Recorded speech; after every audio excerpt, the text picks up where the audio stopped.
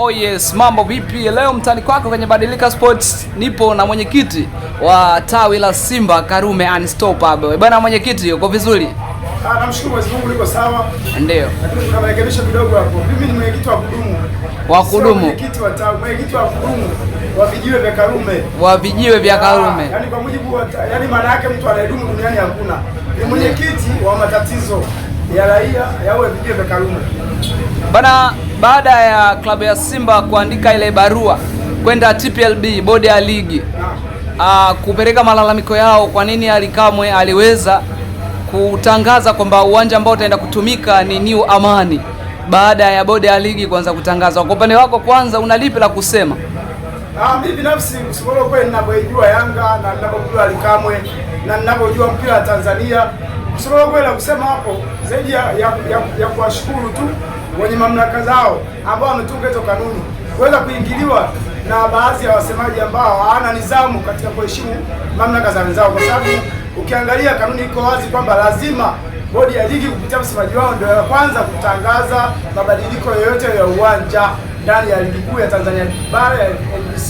Kwa hiyo ukikuta ameanza Ally Kamwe, manake wanaendelea na ule ubabe wao kama waliokuwa nao mwaka jana, mwaka juzi, wa kuweza kuitawala ligi ya Tanzania na kuwatawala pia viongozi wanaosimamia mpira. Kwa hiyo kuhusu Ally Kamwe kutangaza, sio kwamba ni mara ya kwanza, hii ni mara kama ya tatu wanayofanya mambo yao. Kwa hiyo uongozi wa Yanga, klabu ya Yanga, wanachama wa Yanga, washabiki wa Yanga wote wamezoea kupanda kichwani baadhi ya taasisi ambazo ziko kwa ajili ya kutoa takwimu. Kwa hiyo mimi kushangaa siwezi, bali tu kanuni ni makosa, lakini kwa sababu amefanya Yanga ni jambo la kawaida, inaonekana mtaani. Kwa hiyo waendelee tu hivyo, na ndio unakuta Yanga kwenye nyanja za kimataifa wanashindwa kufanya vizuri na wanashindwa kumaintain zile sheria za ambazo zinawekwa na CAF au za mashindano, wanajikuta kwamba wanafanyaje, wanapoteana. Kwa hiyo mimi binafsi Ally Kamwe alichokifanya sio kitendo cha kikanuni, ni kitendo cha kuidharau taasisi au kuidharau bodi ya ligi ambayo inaongoza ligi hiyo. Mimi binafsi maoni yangu nadhani ndio hayo ambayo nimeyaona katika taarifa hiyo ya Ally Kamwe. Pengine ukakasi ambao unaonyeshwa na klabu ya Simba, vile vile wanachama na washabiki kwenda kutumia uwanja wa Guantanamo Bay, unadhani mna wasiwasi ama mnaiogopa Young Africans? Kwanza ule uwanja hauna jina hilo ambao mnalitamka nyie. Ule uwanja unaitwa New Amani Zanzibar, si ndio? Haya majina ni Yanga anapofikia sehemu ana mtindo wa kutoa majina. Wameenda hadi pale Cape Town wakasema ni sehemu yao, ni uwanja wao, kumbe ni hoteli. Kwa hiyo Yanga ana mambo ya kujigamba gamba kwenye mambo ambayo hayana faida wala hayana tija. Kwa hiyo New Amani Zanzibar, kila mmoja anajua tu kwamba ni uwanja wa mpira wa miguu na ni uwanja ambao timu yoyote inaweza ikaenda ikacheza.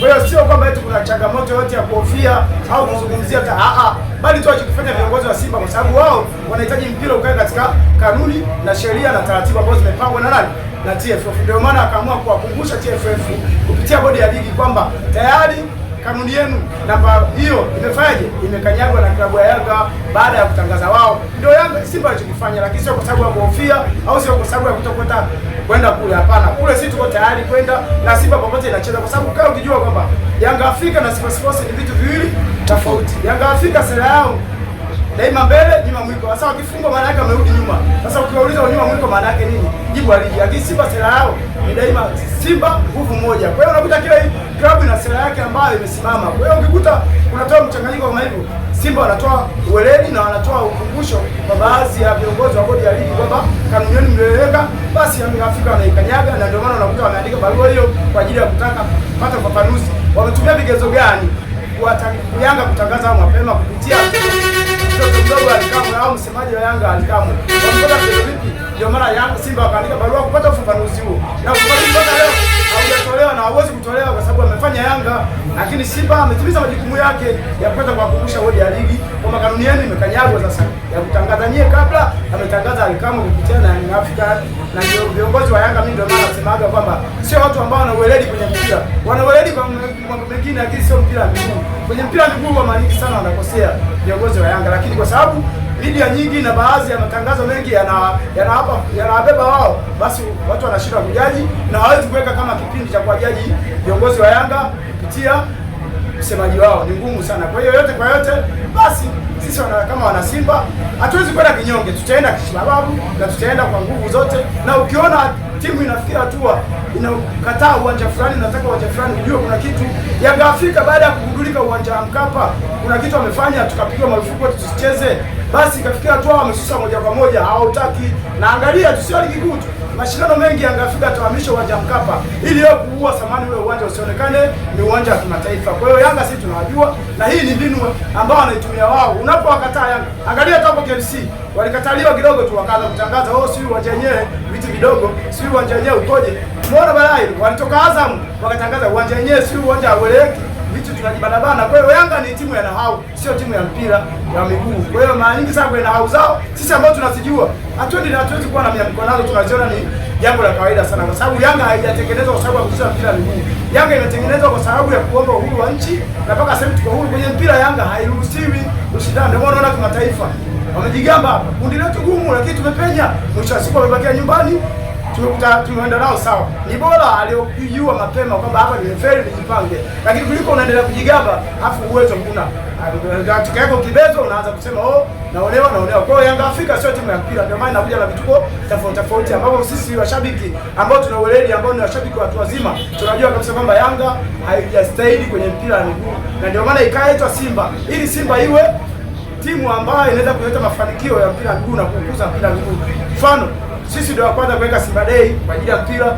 Sisi ndio wa kwanza kucheza fainali za CAF 2 ndani ya Tanzania. Sisi ndio wa kwanza kuweza kuchukua pointi za CAF kwenda wa 4. Sisi ndio wa kwanza kuweka. Kwa hiyo kuna vitu vingi sana vya mpira Simba Sports ndio wameanza kuweka, lakini mwishoni, kwa sababu wanakuta washabiki wa Simba wengineo ni vijana wadogo, anachukia.